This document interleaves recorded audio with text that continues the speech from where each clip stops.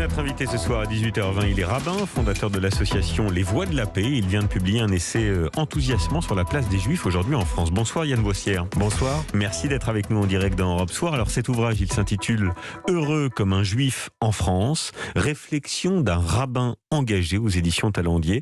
C'est déjà un élément important que vous livrez dans ce titre. On peut être juif et heureux en France aujourd'hui ? Oui, alors le titre comporte un point d'interrogation. Et il est là toute la question. On aimerait pouvoir s'en passer. Malheureusement, dans les quelques décennies récentes, c'est pas toujours le cas et le point d'interrogation malheureusement conserve toute sa fonction. Mais oui, tout n'est pas noir ni blanc. Il y a une riche histoire juive en France, faite d'éléments dramatiques, mais aussi de belles pages. Et tout le sujet est de dire que voilà, il y a d'essayer de peser les choses. Il y a des propos assez contradictoire dans le livre, on va en parler. C'est un ouvrage qui revient sur les questions profondes que traversent les Juifs de France, l'histoire, la Shoah, l'antisémitisme, le dialogue interreligieux, Israël évidemment.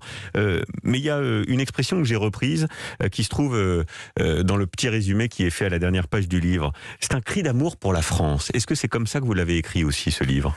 Alors, cri d'amour est fort, mais il y a un amour de la France, il y a un amour, enfin, il y a une très très profonde imprégnation de l'histoire juive en France, qui est présente sur le territoire depuis 2 millénaires, enfin, avant même que les Francs ne donnent leur nom à ce doux pays. Il y avait des communautés juives, il y a une acculturation juive profonde, les Juifs, à côté d'autres éléments de la population, y ont écrit des pages glorieuses. Oui, il y a un attachement profond à la France. Je décris combien, dans les 200 dernières années, il est plus précis du fait que la France a été le premier pays à émanciper les Juifs, à leur donner la pleine citoyenneté. Ça compte énormément dans la psyché des Juifs en France. Évidemment, il y a quelques accros au contrat que je ne manque pas de raconter, mais il y a cet attachement profond, cet amour de la France, indéniablement. Parce que Yann Boissière, il y a évidemment aujourd'hui dans notre pays un contexte et une montée, dites-vous, de l'antisémitisme. On en parle régulièrement et on s'en fait l'écho, c'est important de le dire, lié notamment à l'islam radical, mais aussi, on en parlera de l'islam radical, mais aussi à une partie de la gauche. Pourquoi pensez-vous que cet antisémitisme, il est, j'allais dire, consubstantiel à cette gauche radicale ?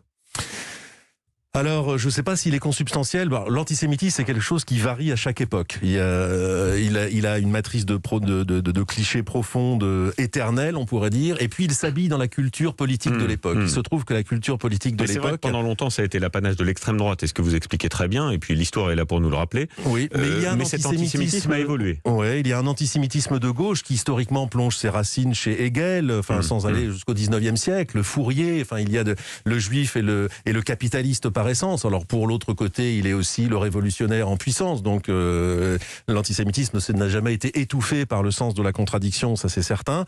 Mais auprès d'une certaine gauche, il s'est habillé d'antisionisme à l'époque. Et c'est ça que la gauche, sans doute, une certaine gauche, en tout cas, a épousé dès 82 avec le livre Finkielkraut appelle Opération Paix en Galilée, 82. Il y a eu une sorte d'inversion qui racontait que les Israéliens commettaient des exactions, exactement les mêmes exactions que peut-être les nazis avaient commis envers les Juifs la Seconde Guerre mondiale. Il y a une sorte d'inversion des victimes et des bourreaux, et tout un discours s'est engouffré dans cette... C'est être antisémitisme ? Alors, ça dépend où on place l'antisionisme. La critique d'Israël, de la gouvernement, de la politique israélienne est tout à fait légitime.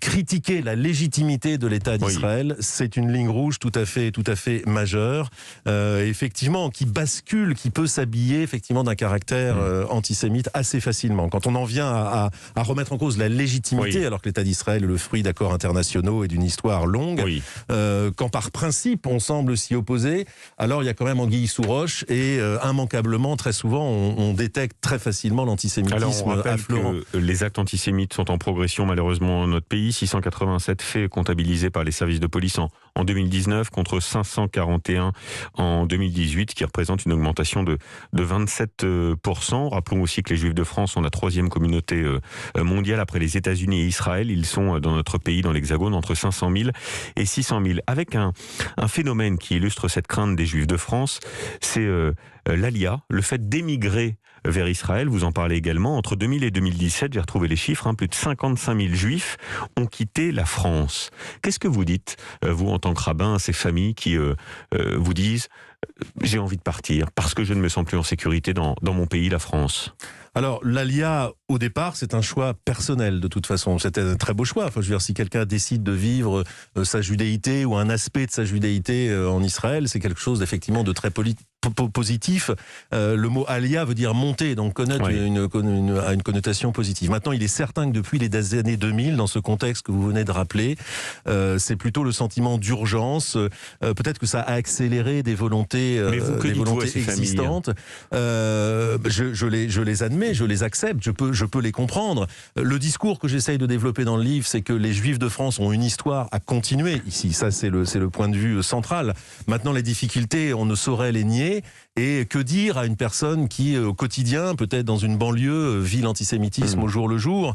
Je suis pas là pour juger, quand bien même en tant que rabbin, la vie, la prise de position des gens. Je peux la comprendre. Oui, et vous y rappelez d'ailleurs, puisque vous en parlez à l'instant, l'attachement des Juifs de France à la République et de la République à la communauté juive, à l'inverse, malgré une histoire complexe, avec la force des symboles.